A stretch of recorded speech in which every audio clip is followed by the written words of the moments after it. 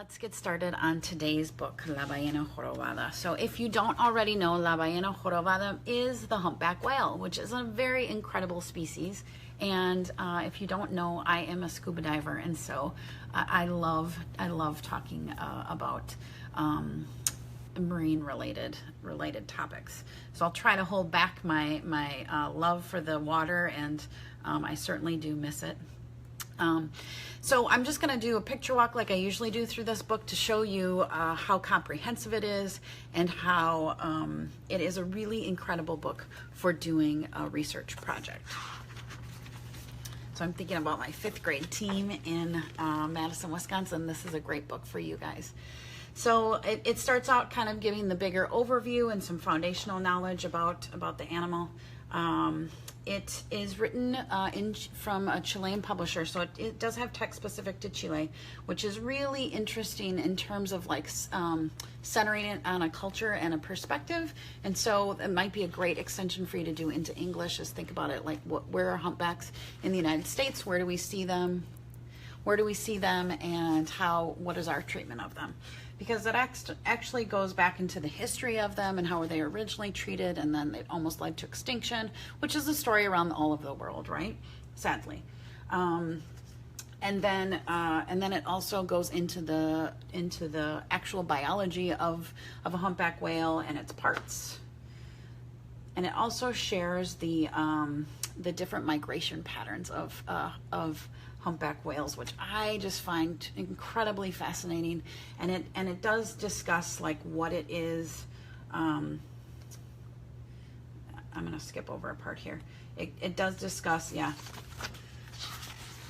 salir del mar es solo un brinco. So like just like how a long distance like that isn't very, it's a far distance, but also in terms of the size of the animal, it's a pretty natural distance for them to travel. So, and with our children being migrants and us being a global economy, it's such a great topic to talk about.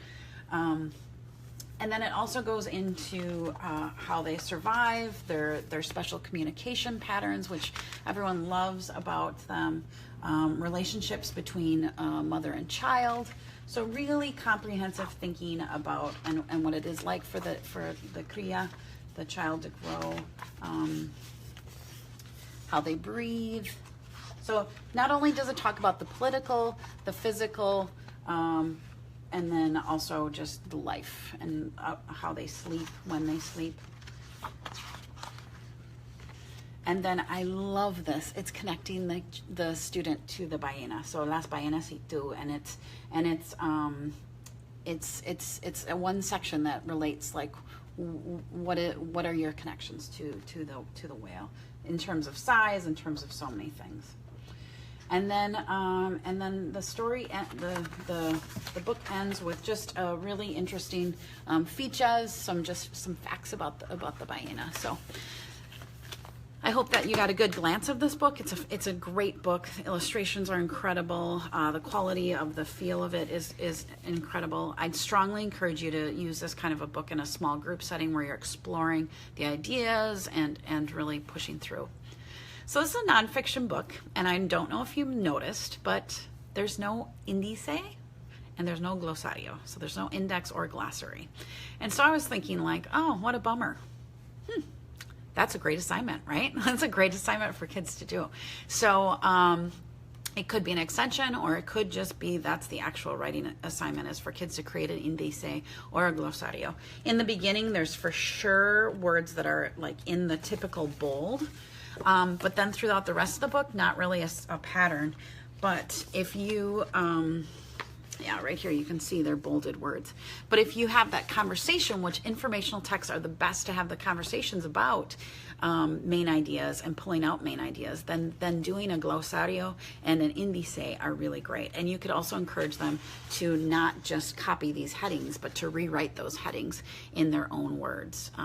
And so that's a really great activity to do with this book, and to really capitalize on not only diving into the content of it, but also diving into a great reading strategy for your students. So summarizing it is.